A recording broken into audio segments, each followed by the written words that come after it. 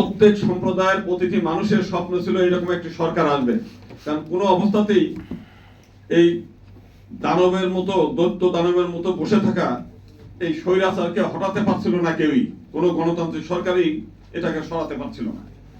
আমাদের পরম সৌভাগ্য যে আমাদের ছাত্ররা এবং পরবর্তীকালে ছাত্র সহ অভিভাবক এবং সাধারণ জনতা ঐক্যবদ্ধভাবে এই সন্ত্রাসী এবং স্বৈরাচারিণীকে বিদায় করা হয়েছে। তো বিদায়ের পরে এই বিদায়টাকে, এই যে বিদায়, সেই বিদায়টাকে আমাদের পার্শ্ববর্তী দেশ ভারতের যে সমস্ত কিছু নেতৃবৃন্দ আছেন তারা এটাকে খুব ভালোভাবে মেনে নিতে পারেন। একই সঙ্গে যেহেতু তারা সবসময় বাংলাদেশের, তাদের সঙ্গে তো আমার দীর্ঘদিনের সম্পর্ক, আমি তাদের সঙ্গে আমাদের একটা পরিচয় আছে, ভালো পরিচয়। আমি যখনই বলেছি যে বাংলাদেশে গণতন্ত্র নাই, এই গণতন্ত্রটাকে পুনঃ প্রতিষ্ঠা করতে হবে, কারণ একটা নদীতে যদি স্রোত না থাকে সেই নদীতে শ্যাওলা, আবর্জনা, কচুরিপানা জন্মে যায়। তো যদি গণতন্ত্র না থাকে তাহলে এই দেশে জঙ্গিবাদ আবির্ভাব হবে, এই দেশে নানা ষড়যন্ত্রের জাল বিস্তার হবে, যেটা শুধু বাংলাদেশের জন্য ক্ষতিকর তা না, ভারতের পেটের মধ্যে একটি রাষ্ট্র, সেই রাষ্ট্রে যদি সন্ত্রাসবাদ, জঙ্গিবাদ উদ্ভব হয় সেটা ভারতের জন্য চরম ক্ষতি। কিন্তু তারা আমাদের কথায় খুব একটা কান দেয় নাই। তাদের মনে করেছে, তাদেরকে শেখ হাসিনা তাদেরকেও ব্ল্যাকমেইল করেছে। সে বলছে যে আমরা যদি না থাকি, শেখ হাসিনা যদি না থাকে তাহলে ভারতের 7 সিস্টার থাকবে না।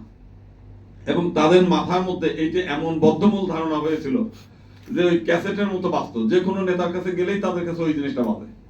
আজকে দেখেন শেখ হাসিনার তো পতন হয়েছে, দীর্ঘদিন তিনি দেশ ছেড়ে পালিয়েছেন এবং সে সহ তার সাঙ্গপাঙ্গ সবাই 7 সিস্টার নিয়ে কিন্তু বাংলাদেশের কেউ মাথা ঘামাচ্ছে না। তার মানে আমি যতবার বলেছি যে 7 সিস্টারের দিকে বাংলাদেশের জনগণের তাকানোর সময়ও নেই, কারণ এই দেশের জনগণ অত্যন্ত কর্মঠ জাতি। এই দেশের প্রায় 1.5 কোটির বেশি মানুষ বিদেশে চাকরি বাকরি করে, কাজকর্ম করে, রাতে দিনে পরিশ্রম করে টাকা পাঠায়।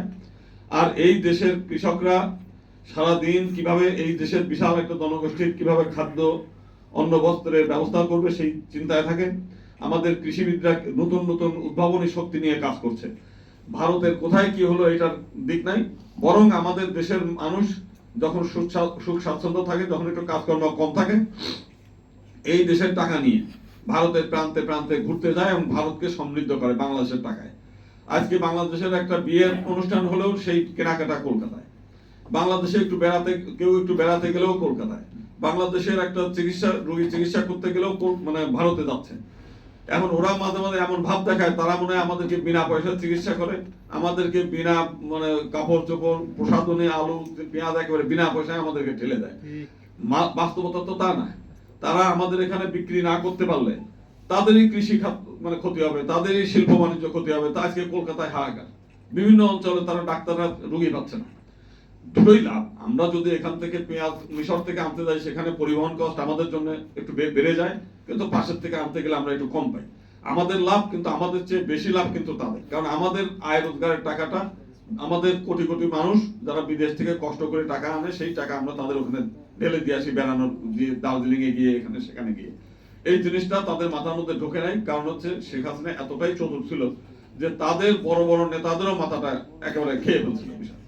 তো এখন এরপরে ভারতের কেন্দ্রীয় সরকার আজকে দেখেন বাংলাদেশ নিয়ে কত ধরনের অপপ্রচার চলছে, তাদের মিডিয়াগুলো আমাদের বিরুদ্ধে লেগেছে, ওখানকার রাজনৈতিক নেতারা আমাদেরকে আমাদের একটা সুন্দর, দেখেন 5 তারিখের পরে কিছু রাজনৈতিক নেতাদের বাড়িতে হামলা হয়েছিল, সাধারণ কিছু মানুষের মধ্যেও হামলা হয়নি তা না, তার সংখ্যা কিন্তু কম ছিল। এটা কোনো সাম্প্রদায়িক